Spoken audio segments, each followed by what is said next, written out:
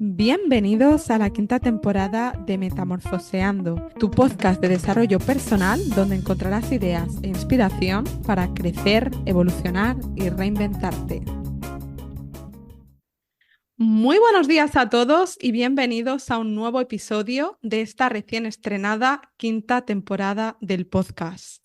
En el día de hoy, para hablar sobre un tema por el que cada vez más personas acuden a consulta y tiene que ver con el narcisismo y la manipulación. ¿Cómo identificarlo y qué hacer si convivo con ello en un entorno familiar, laboral o de pareja? Y para ello hemos invitado hoy al podcast a Débora Murcia, psicóloga especializada en procesos de trauma, dependencia emocional, manipulación y abuso. Débora, gracias por aceptar la invitación y bienvenida al podcast. Gracias a ti, corazón, por invitarme y por darle voz a este tema que considero tan importante, pero que cada vez se habla más, pero no lo suficiente, bajo mi opinión. Así que gracias a ti. Totalmente. Pues aquí estamos para darle micro y altavoz, ¿no? Y para hablar de un tema que, como tú dices, está súper extendido y al que me gustaría que pusiéramos un poquito de contexto. Y por aquí me gustaría que empezáramos, que nos contaras un poco como qué es el narcisismo y Ujú. cuáles son como los rasgos más característicos de este perfil. Claro. Mira, el narcisismo es un trastorno de personalidad, ¿vale? ¿Esto qué quiere decir? Que son personas que tienen una personalidad disfuncional, que no son capaces de vivir en sociedad.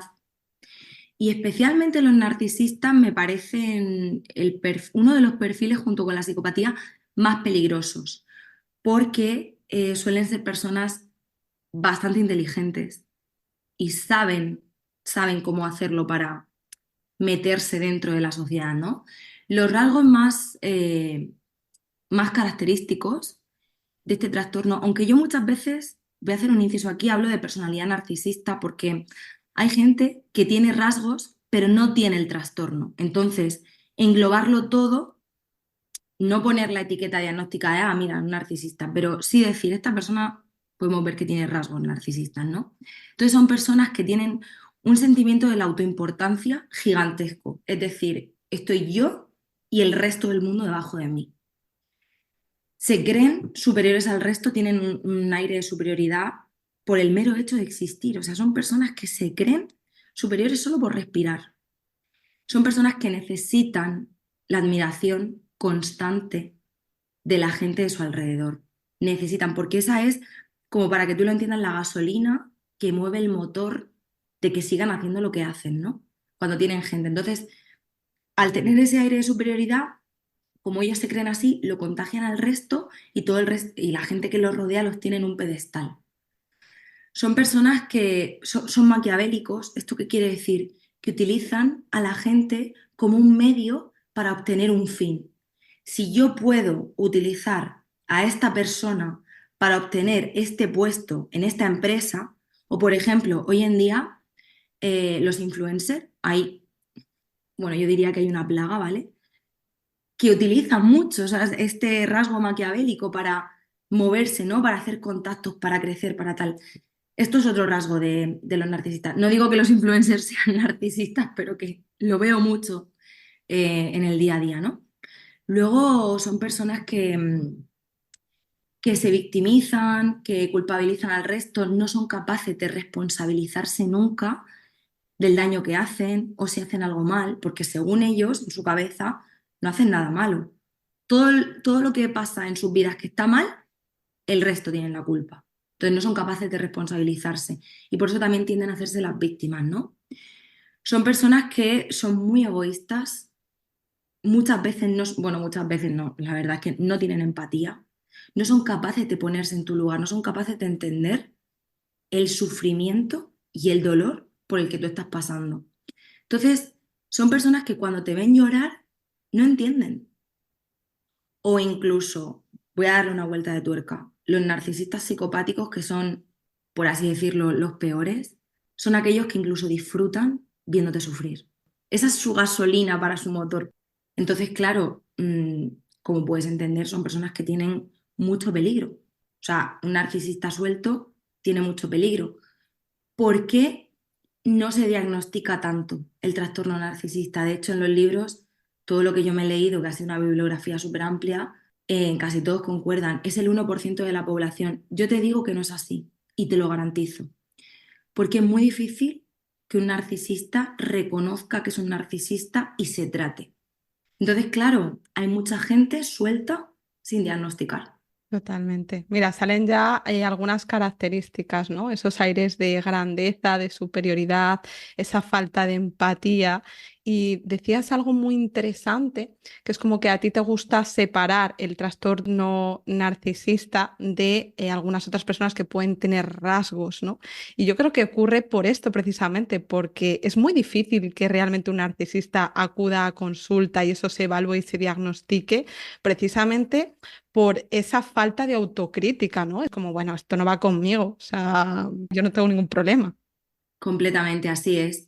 De hecho, los pocos que llegan a consulta, además son, o sea, son los máster de la manipulación. Ellos son expertos en manipular, tienen, como te digo, un máster, ¿no? Entonces, cuando llegan a consulta, fíjate, yo tuve un paciente, uno he tenido en mi vida, stop, un hombre.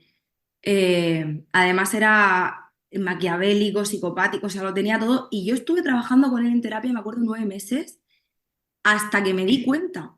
Fíjate, yo dedicándome a esto, siendo especialista en esto, cómo te la pueden colar, o sea, a un nivel estratosférico, son expertos en manipulación. Entonces, ¿qué pasa? Que los pocos que llegan a terapia llegan diciéndote, yo no tengo un problema, mi pareja, mi madre, mi tía o mi abuelo me ha dicho que tengo que venir a terapia porque pasa esto. Entonces, claro, tú dices, bueno, esta persona pues por lo menos está aquí, quiere tratarse, tal, pero ellos nunca van a reconocer que tienen un problema. Entonces, claro, te manipulan. O sea, a mí me ha pasado como psicóloga sanitaria que estando en una silla enfrente de uno, no pude verlo, porque de verdad que son expertos en manipulación. De ahí la complejidad. Y luego yo también me preguntaba si hay alguna diferencia en función del género, ¿no? Porque yo creo que nos han educado de manera diferente a hombres y mujeres, a los hombres más como en la dominancia y quizá ellos han establecido más el control pues con lo físico, ¿no? En cambio la mujer ha sido como más el victimismo. Es muy típico ver una telenovela y que una mujer para a lo mejor asegurarse de que su marido se quedara con ella se inventaba que te había tenido un hijo. ¿Sabes? Entonces es como, ¿puede haber diferencias en cómo unos y otros hacen la manipulación? Mira, te cuento, respecto al género, o sea, los estudios confirman que existe mucha más patología en hombres que en mujeres, existe mucho más trastorno en hombres que en mujeres. ¿Qué pasa?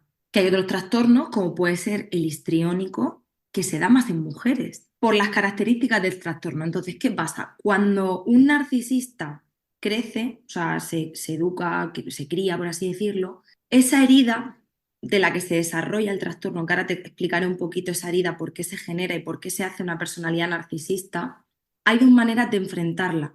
O hacia afuera, es decir, yo me enfoco en dañar, en enfadarme con el mundo me debe algo porque yo vengo de esta herida, estoy muy herido por dentro, entonces yo me enfoco hacia afuera, en hacer daño, en la ira, en la agresividad, en la culpabilización al que tengo enfrente.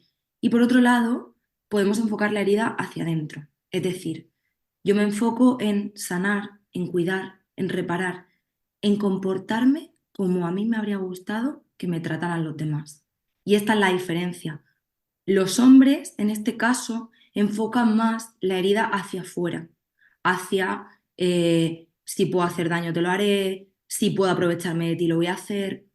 En cambio, las mujeres, a nivel de educación, ¿vale? Por cuestiones emocionales, porque estamos más acostumbradas a hablar de emociones, porque se nos permite llorar, por muchas cuestiones que no voy a entrar ahora, son más de reparación de la herida, como más de salvadoras. Entonces, la misma herida de la que un narcisista se crea y de la que una víctima de un narcisista se crea, están como estas dos maneras de enfocarlo. Por eso hay correlación, o sea, perdón, hay relación entre el género masculino y el narcisismo. Es curioso porque, claro, es como la típica pregunta también de ¿el narcisista nace o se hace? Que ahora me decías. Ahora te explicaré un poco cómo Sí, funciona porque imagino que puede haber algo genético, pero también algo contextual, ¿no? Como muchos factores ambientales, de educación, y no es sí. lo mismo criarte en una familia que en otra. Sí. Aquí te digo, el narcisista se hace. ¿vale? Hay rasgos de la personalidad, como puede ser o sea, la psicopatía, que sí que se ha demostrado que hay gente que nace ya genéticamente predispuesta a ser un psicópata. Pero con el narcisismo es distinto, ¿vale? Porque este sentimiento de que el mundo me debe algo se produce por una herida que ha sido generada generalmente en la infancia barra niñez, ¿vale? De los 0 a los 5, de los 5 a los 10, ¿vale? Cuando todavía son peques. Entonces son padres que a lo mejor son negligentes con ellos, no les dan afecto, no les atienden. Entonces, claro, ellos aprenden que el mundo es un lugar peligroso y yo me tengo que defender. Entonces me pongo esta máscara. Luego existe la herida de la sobreprotección. Tengo a este niño entre algodones y entonces ese niño aprende que los demás me deben algo por el mero hecho de vivir. Ahí también se genera. Entonces yo me coloco la máscara de necesito que el mundo me sobreproteja a toda costa. Y luego está la herida de abandono. El emocionalmente no me hago cargo de ti y entonces tú te tienes que buscar la vida. Esto es parecido a la negligencia, ¿vale? Pero es distinto, ¿de acuerdo? Entonces, este sentimiento de estoy solo en el mundo también le hace como buscar alguna defensa. Entonces, igual se coloca en la careta. Entonces, se generan de estas formas. O la última, perdón, que no lo he dicho, cuando tienes padres narcisistas. ¿Por qué? Porque el niño de pequeño aprende a través del modelado, ¿no? Se llama en psicología aprendizaje vicario, que significa cuando tú aprendes por observación de tus figuras de apego, de las figuras que se ocuparon de ti. En este caso, tus padres o quien te crió. Si vienes de una familia donde tus padres o uno de los dos es narcisista, tú aprendes las conductas de esa persona y replicas ese modelo. Entonces, todas estas heridas pueden hacer que se desarrolle una persona narcisista. ¿Qué pasa? ¿Por qué no todo el mundo es narcisista? Por lo que te comentaba previamente, porque hay heridas que, como te he dicho, en vez de enfocarlo hacia afuera, hacia la ira, hacia la rabia, trato de reparar. Entonces me comporto salvando, cuidando, intentando que todo el mundo a mi alrededor esté bien. Y estas víctimas son las ideales para los narcisistas, las que son empáticas, las que son comprensivas, las que saben perdonar, las que quieren reparar, porque es un pozo sin fondo de aprovecharte de alguien que sabes que va a estar ahí por ti. Entonces podemos ver como de una misma herida salen dos vertientes distintas. Y esto lo aprendí a raíz de estudiar trauma, ¿vale? Que esto es algo que es un poco complejo cuando empiezas a estudiar toda esta rama. Decías una cosa súper interesante y es que los narcisistas tienen como esa sensación de fondo de el mundo me debe algo. Y aquí me conectaba mucho con esa otra figura un poco más mártir, porque yo creo que en general se tiende a pensar que los narcisistas pues tienen como esa fachada, ¿no? De personas con alta autoestima, ego, los típicos tiburones que quieren escalar, ¿no? Pero también hay otra parte de los narcisistas que a través del victimismo se hacen un poco los mártires y con esa sensación del mundo me debe algo, porque a lo mejor he sufrido una tragedia o una enfermedad. Es como las típicas madres absorbentes, suegras muy complicadas y mi hijo es mi hijo en función de los cuidados que me preste, de la ayuda, de que me lleve, me traiga. O sea, es como que utiliza un poco ese victimismo como si esa situación suya de partida le diera rienda suelta a quejarse. Es prioritario, ¿no? Ese sufrimiento suyo. Exacto. Mira, para que la gente que nos escuche lo entienda, vamos a categorizar el narcisismo en dos tipos, el abierto y el encubierto. El abierto es esta persona extrovertida, sociable, que ves que tiene un montón de amigos, que hay un montón de gente que le respalda. Generalmente suelen tener puestos o altos cargos o gente muy influyente en la sociedad. Son personas muy inteligentes, saben muy bien cómo moverse.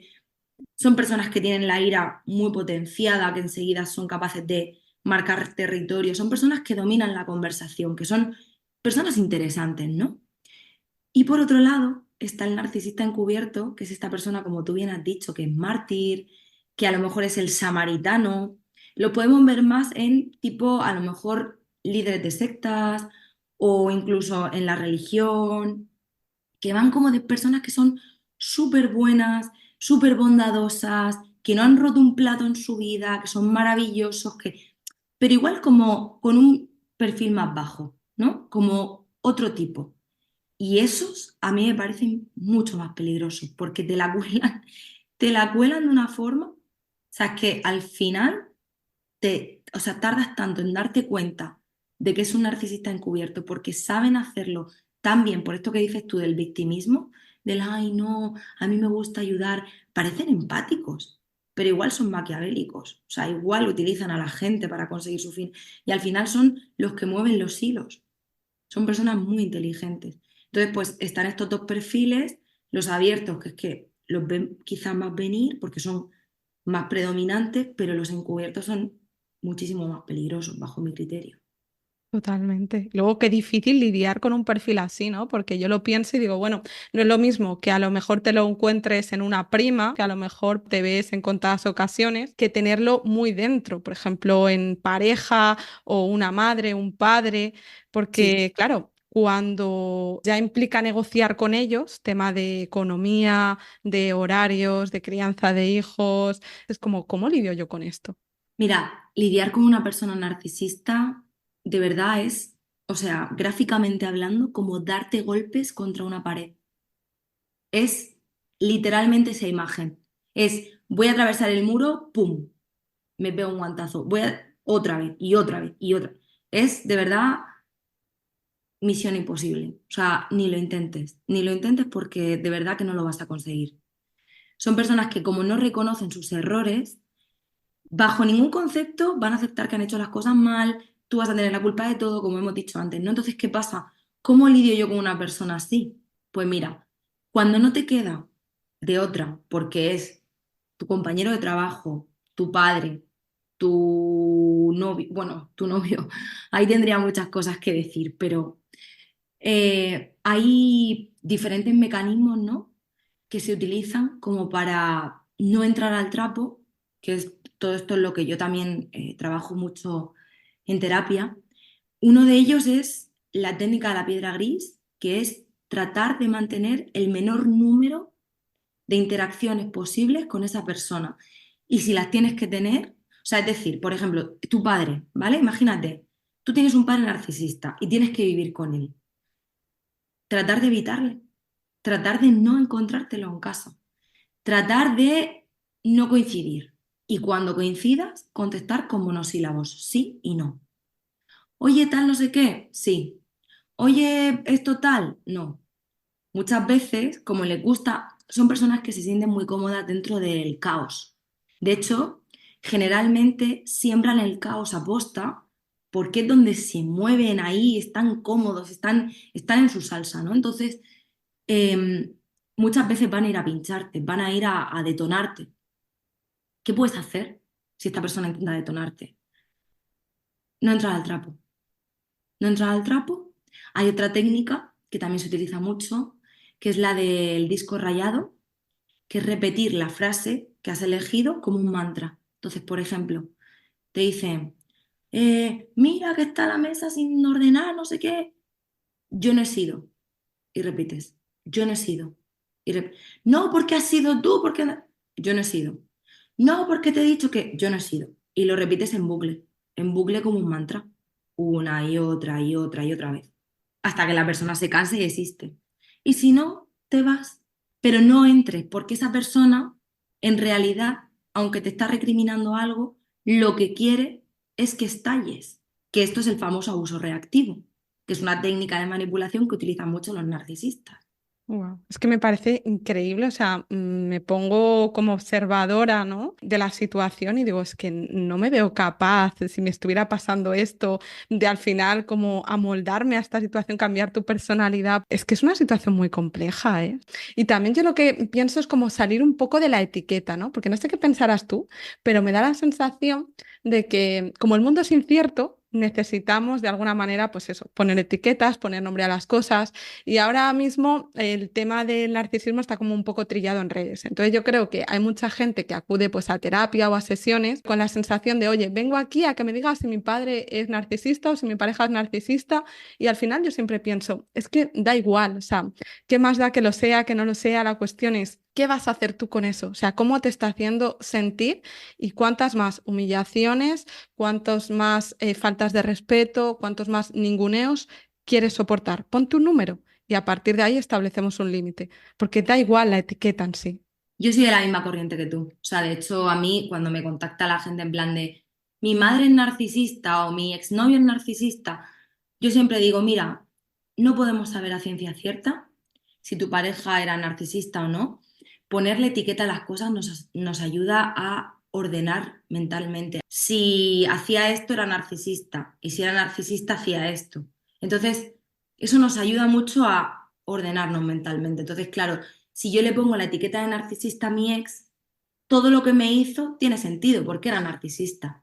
No sabemos a ciencia cierta si esa persona era narcisista, de hecho probablemente no lo sepamos nunca porque será una persona que no irá a tratarse jamás o si va a tratarse, como bien he dicho al principio, será una persona manipuladora que no lo va a reconocer, pero tenemos que poner el foco siempre en la persona que lo ha sufrido, es decir, en la víctima o yo me gusta llamarles supervivientes, porque víctima me suena como muy pobrecita y no, es que eres una superviviente, es que ha sido fuerte de salir de una relación donde has vivido maltrato, porque son relaciones de maltrato y no podemos perder el foco en eso. O sea, me da igual que tu expareja fuera narcisista, es que me da igual, es que lo que sí sabemos es que era un maltratador.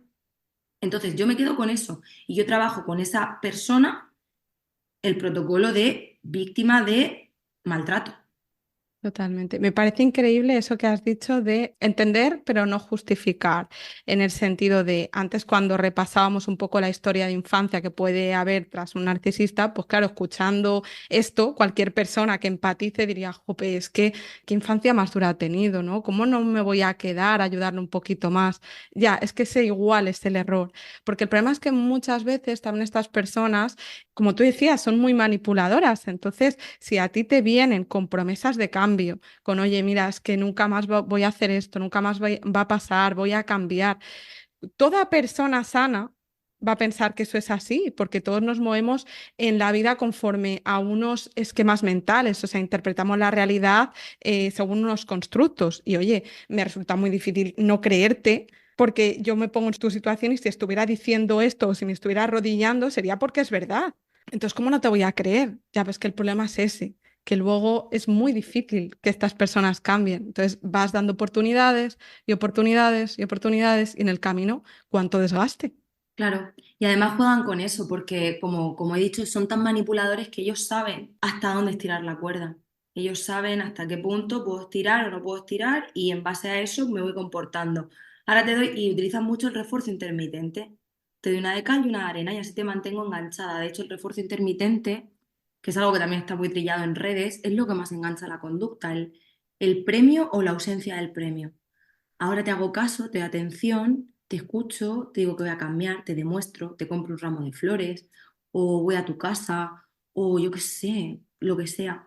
Entonces, claro, juegan con esa esperanza de cambio, con esa ilusión que tiene la víctima, el future faking que se llama, ¿no? Tú te vas a creer que yo voy a cambiar, pero en realidad lo estoy utilizando para tener más tiempo a tu lado, para seguir manipulándote y machacándote. Entonces, ¿qué pasa? Que la víctima, como suele ser una persona muy empática, que cree en la bondad de las personas, es que de verdad que son, para mí, personas increíbles, excepcionales. De hecho, yo siempre les digo a mis pacientes, no cambies, es que no hay nada de malo en ti, es que eres maravillosa o maravilloso. Lo que pasa que se aprovechan de eso y desgastan a la persona, la desgastan, la utilizan como un saco de boxeo. Ahora sí, ahora no. Ahora, cuando yo te doy la oportunidad y veo que tú no me haces caso, voy detrás de ti. Entonces, claro, ese refuerzo intermitente hace que la persona se enganche mucho a ese maltratador o a ese narcisista. Sí, juegan con esos premios y refuerzos, como tú decías, para ganar tiempo. Y aquí yo creo que al final el trabajo está más por hacer por la otra parte, ¿no? Por la parte que, bueno, víctima, superviviente, ¿no? Como tú lo llamas. Me gusta mucho el término. En el sentido de, oye, si la otra persona no decidiera cambiar nunca, ¿yo qué voy a hacer? O sea, tengo que adquirir herramientas que de alguna manera me protejan de esta persona que está orbitando alrededor de mí y a lo mejor no me la puedo sacar de encima pues, por lo que hemos dicho, porque está en un entorno laboral o familiar, pero bueno, tengo que quizá aprender a poner límites, a saber decir que no, o sea, cuáles son como un poco las herramientas que se le puede dar a estas personas para decir, oye, ahí no, ahí no. Vale. Mira, aquí quiero contar una cosa, ¿vale? Y es que he escrito un libro que va de esto y mi libro básicamente está enfocado en ayudar a la gente a salir de ahí. Está, por un lado, en la parte de dar herramientas para poder lidiar con estas personas, como las herramientas que te acabo de contar, y por otro lado, cuando dejo la relación, ¿qué puedo hacer?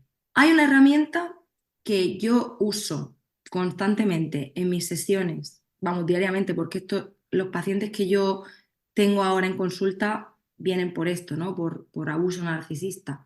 Y es reconectar con la historia y hacer como una lista de todas las conductas de daño que te hizo esa persona a lo largo de la relación. Me da igual que sea tu madre, me da igual que sea tu jefa, me da igual que sea tu exnovio, es que me da igual. Durante esa relación, en el tiempo en el que tú estuviste con esa persona vinculándote, esa persona ha ido haciendo roturas en tu historia. O sea, ha ido rompiendo cachito a cachito, poco a poco, y te ha ido haciendo polvo. Vamos a analizar cada una de esas conductas, las vamos a poner encima de la mesa, vamos a observar cómo ha sido tu historia al lado de esta persona. Vamos a darle un sentido. Vamos a entender que tú no tenías la culpa. Vamos a entender que él tampoco era una víctima. Vamos a tratar de comprender la cantidad de veces que te hizo daño, que tú lo pasaste por alto porque creíste incluso que era algo normal. Las veces que te hizo daño, que te manipuló, que te echó en cara cosas, que te hizo luz de gas, lo que sea. Entonces, hacer una lista con todas estas conductas que esa persona tuvo, que te hicieron daño, y darte cuenta de que eso no es normal y que no te merecías eso, es el primer paso como para poder salir de una relación así. Totalmente. Y luego yo creo que también, aunque suene muy duro, pero es que es perder la esperanza. O sea, muchas veces tenemos como esta esperanza de cambio en el otro, ¿no? No, hombre, se aguanta un poquito más y tiene sentido, porque cuando tú has invertido mucho en una relación, ya sea de pareja o bueno, de familia, porque llevas toda la vida en esa familia, tú dices, no, hombre, es que con todo lo que he invertido aquí, estoy a una monedita más, como las tragaperras, ¿no? De que me salga el premio ganador. Es que la realidad es que la mayoría de veces eso no ocurre. Entonces es como también creo que verbalizarlo ayuda mucho, que es una de las cosas que de manera contraproducente no se hace, porque claro, es muy habitual, ¿no? Tú empiezas una relación de pareja o incluso da igual, de familia. Tú se lo cuentas a tus amigos no lo ven normal. Y entonces tú ya dejas de contárselo, porque para que te estén diciendo cosas que no quieres escuchar, pues mira, mejor me callo. Y luego lo que suele ocurrir también es que por la otra parte, que como tú decías, son inteligentes, enseguida ven en tu círculo quién puede beneficiar la relación y quién la puede perjudicar, y todas aquellas personas que van a estar en contra de esta relación, yo me las voy a quitar de encima. Y de manera sutil, porque es que es muy sutil, te lo dicen, en plan de, oye, yo creo que esta persona no te hace bien, yo creo que te critica a tus espaldas, que igual no es ni cierto, pero tú te lo vas creyendo. Pones distancia con esos amigos que habría que plantearse, bueno, ¿estos amigos realmente son tan malos? O sea, antes de que esta persona apareciera, me aconsejaban tan mal.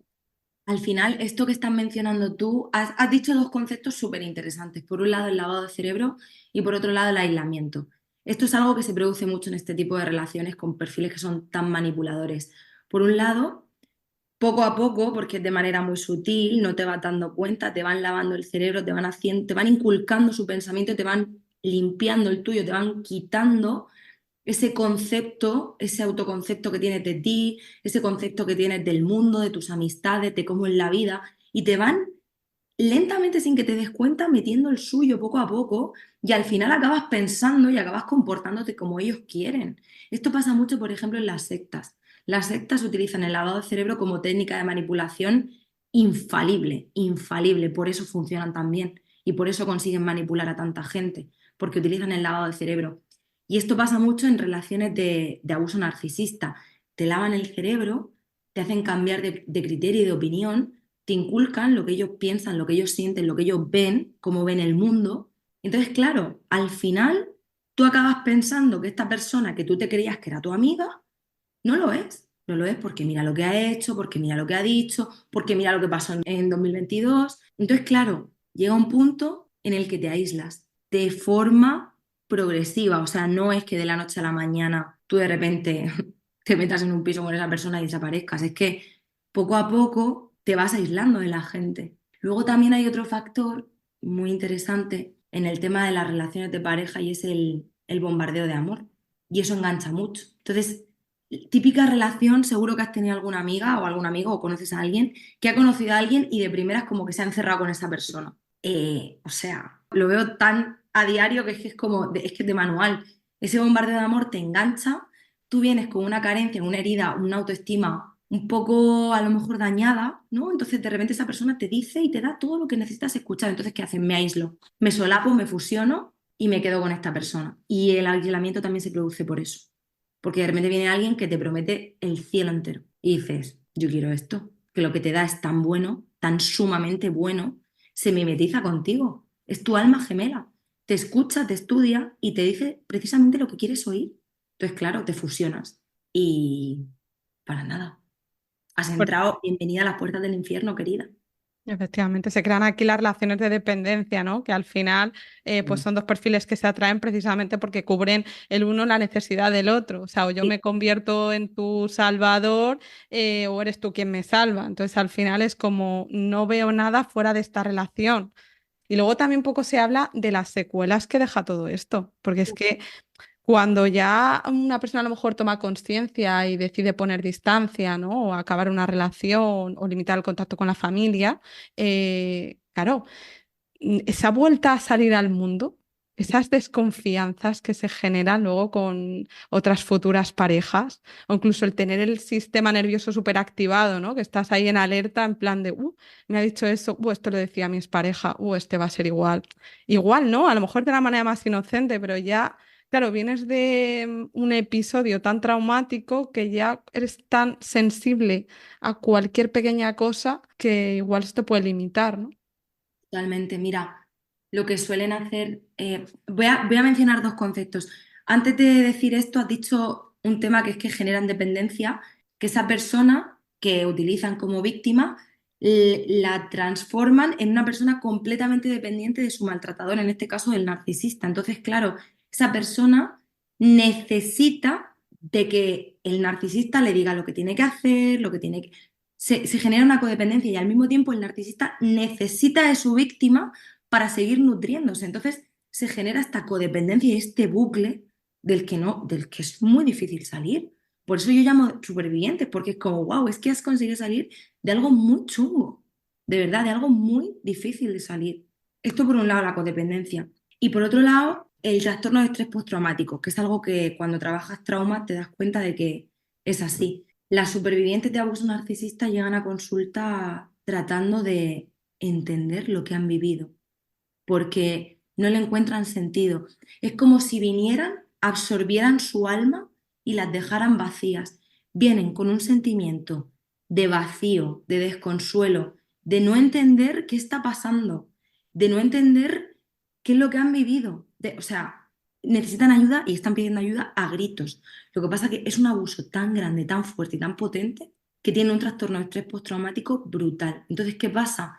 Que la víctima o la superviviente trata de entender, repasando la relación, a lo mejor tiene flashbacks, a lo mejor tiene pesadillas, porque ha sido un evento traumático tan grande que su cerebro no consigue integrarlo, porque al final es una relación de maltrato, como he dicho.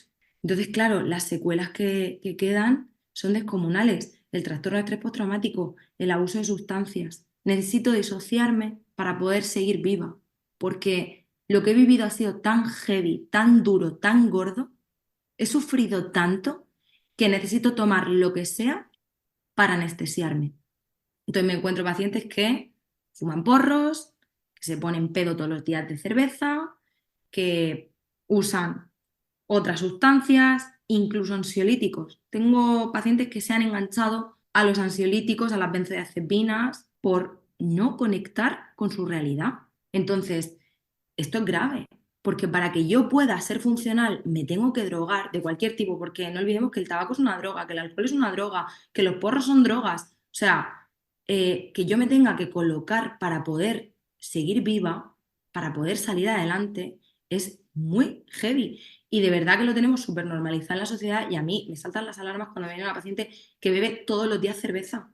Es como, tú estás intentando anestesiarte. En cuanto llego al trabajo, lo primero que hago es abrirme una lata, ponerme el Netflix, tú lo que quieres es disociar.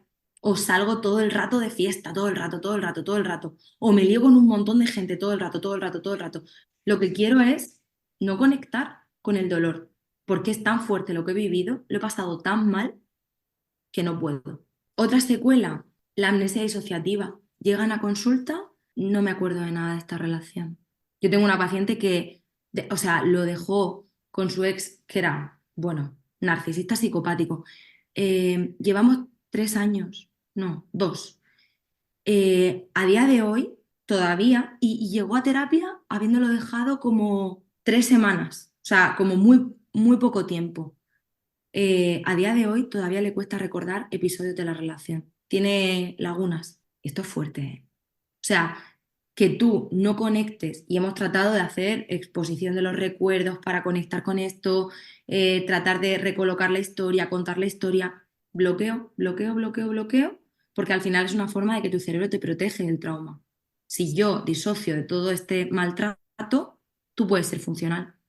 Entonces, muchas pacientes vienen a consulta con amnesia disociativa. No me acuerdo de nada de lo que viví en mi relación o tengo lagunas. Se suelen acordar del principio, de la parte bonita. Por eso muchas veces vuelven con el narcisista, porque tienden a recordar la parte bonita de la relación. Qué curioso, ¿no? Al final aquí es como un mensaje también de evalúa la relación por lo que es en su globalidad, no por lo que te gustaría que fuera. O sea, Ajá. al final es como lo que decías tú del love bombing del principio, ¿no? De esos picos de subida y bajada, esa emoción, esa intensidad. Ya bueno, pero aparte de esa intensidad y ese sentirte viva, luego ¿acaso no te genera esa sensación de estoy inquieta, es que estoy ansiosa, es que me da miedo, es que tengo que estar todo el rato justificándome, es que cómo se va a poner si le cuento esto, es que, uy, tengo que idear 100.000 maneras de gustarle para que se sienta orgulloso de mí o para hacerle ver que yo soy la buena elección? Es que al final una relación te tiene que generar paz mental, no cansancio emocional, ¿no? Que esto un poco sería también como lanzar, yo creo, y por el tiempo que nos queda, que tenemos que ir cerrando, que yo seguiría y seguiría, porque este tema es que da para 300.000 Pues podcasts. totalmente se me ha pasado volando. No me doy cuenta. Bueno, te podría contar tanto, podría estar tanto Tantísimo. hablando de este tema. Yo creo que al final es como dejar también un mensaje de esperanza. En mi caso, me gustaría que la gente se quedara con esa sensación de que los vínculos traumáticos también se sanan con vínculos sanos. Y aunque parezca muy difícil de primeras, pues porque estás cerrada al amor o cerrado al amor por lo que has vivido, pensar que hay esperanza y que hay otras personas que son buenas y que te van a hacer feliz, que vas a encontrar en ellos un sostén. Y si no tiene que ser con una pareja de momento, pues porque no se ha dado, que hay otras miles de cosas en las que te puedes enfocar. Hay familia, hay amigos, hay hobbies y hay tantas y tantas cosas por explorar, ¿no? Que al final es como un poco, oye, una invitación a eso, a descubrir.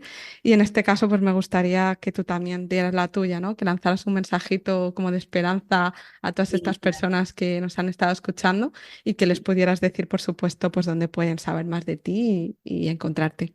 sí, ahora digo. Mira, hay un tema que has dicho que me gusta mucho y es tratar de buscar la reparación de ese trauma.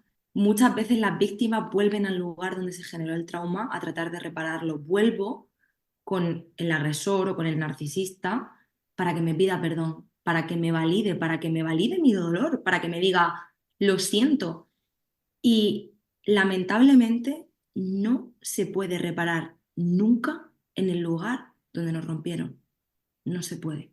Tú vas a intentar de que esa persona que te hizo pedazos te reconozca el dolor, empatice contigo, te pida perdón, pero eso no va a pasar. Y si lo hace, es simplemente para volver a manipularte y volver a tenerte ahí, pero no lo siente realmente, no siente tu dolor. Entonces, ¿dónde vamos a reparar? En la red de apoyo. Esto es la clave para poder sanar y para poder salir de un vínculo así. Apoyarte en personas que realmente sí que te escuchen, sí que te validen, sí que empaticen con tu dolor, sí que sean capaces de verte, porque vienen de no ser vistas, de no ser válidas, de no ser queridas. Entonces, encontrar vínculos en tu red de apoyo donde te quieran, donde te escuchan, donde están ahí para ti. que es recíproco, bidireccional, es ahí donde se repara y es ahí donde se sana. Entonces, yo creo que cuando una persona sale de una relación o decide poner fin a una relación de abuso narcisista, hay muchos porqués y muchas cuestiones que necesita solucionar y que necesita entender, pero yo les animo a que no vuelvan donde se hicieron estas preguntas para responder, sino que traten de buscar las respuestas en otros lugares. Es decir, mirando dentro de mí, ¿por qué yo he terminado en una relación así? ¿Por qué he permitido que me trataran así? ¿Por qué quiero volver en cierta manera? Y es que todo esto es de lo que va mi libro. Básicamente mi libro va de esto. Entonces, yo creo que cualquier persona que quiera sanar, que quiera salir, sobre todo, es un libro que está muy enfocado en ayudar, en dar herramientas y en que las personas que lo lean entiendan los porqués, sin tener que volver a su abusador, sin tener que volver al narcisista o a la narcisista. Entonces, ¿se puede salir de ahí? Sí, tienes que hacer un trabajo, obviamente. El tiempo no pone las cosas en su lugar, sino lo que haces durante ese tiempo.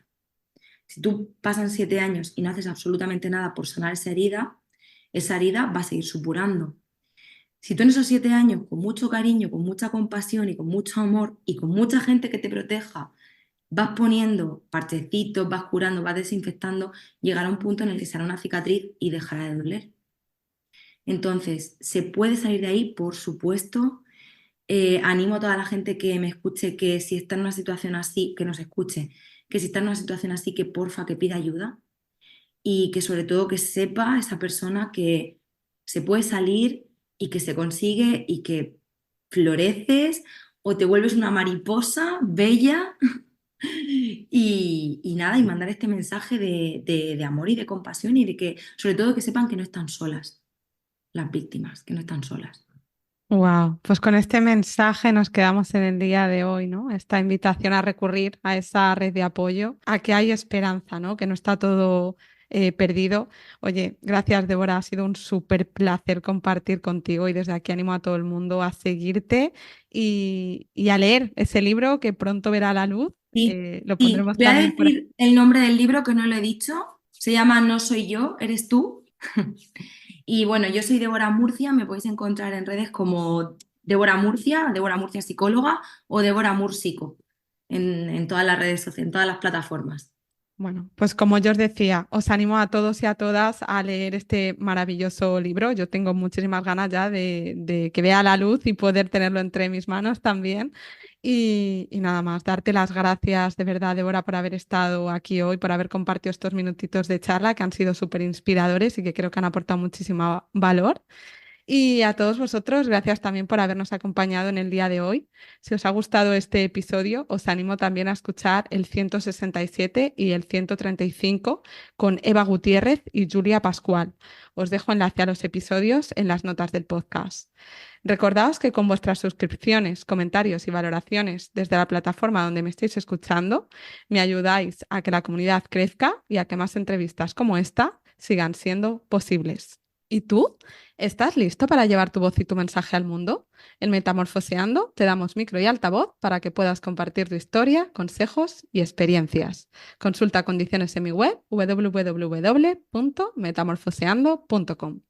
Y hasta aquí el episodio de hoy. Os mando un abrazo enorme y nos escuchamos próximamente en una nueva entrega del podcast. Un beso y hasta pronto.